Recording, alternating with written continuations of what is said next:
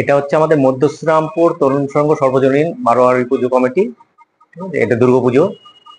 এবার আমাদের বিশেষ আকর্ষণ থাকছে হচ্ছে আমাদের বাচ্চা কাচ্চা যে মোবাইলের প্রতি প্রচন্ড ভাবে আকৃষ্ট হয়ে পড়ছে, সে থেকে যাতে মানে উঠে আসতে পারে, সেই আগের প্রজন্মকে যেন আমরা যেরকম মাঠে খেলতাম বা বন্ধুদের সঙ্গে আড্ডা মারা, এই যে সময় কাটানোগুলি, সেই থেকেই আবার ফিরিয়ে নিয়ে আসার জন্য আমাদের এবার পুজোর থিম করা হচ্ছে মোবাইলের প্রতি যে আকৃষ্ট যাতে না হয়, এবং পুরোনো সমাজে মাঠে ছেলেপেলে যেমন খেলাধুলা করে সেটাকেই আমরা তুলে ধরতে চাচ্ছি।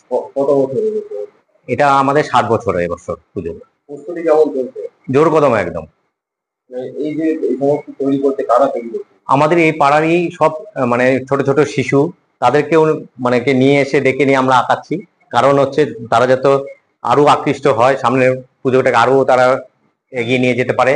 এবং মেন যে মানে আসছে সেগুলো করছে হচ্ছে আমাদের ক্লাবের একটা ছেলে তন্ময় সাহা, এবং তার সঙ্গে সহযোগিতা করছে আরো অন্যান্য যারা ছোট ছোট বাচ্চা, তারা এই আঁকাগুলি ভরাট করছে রং দিয়ে। কিভাবে তুলে ধরা হবে আপনাদের ক্লাবের?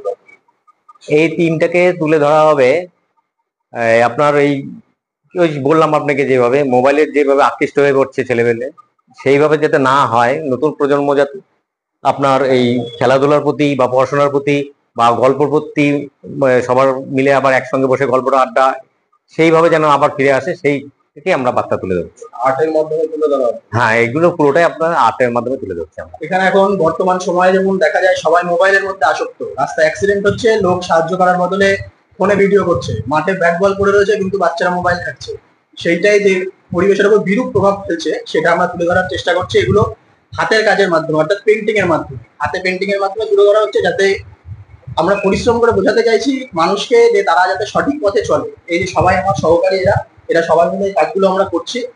দুর্গাপুজোতে এগুলো আমাদের মণ্ডপ সজ্জার কাজে ব্যবহার করা হয়।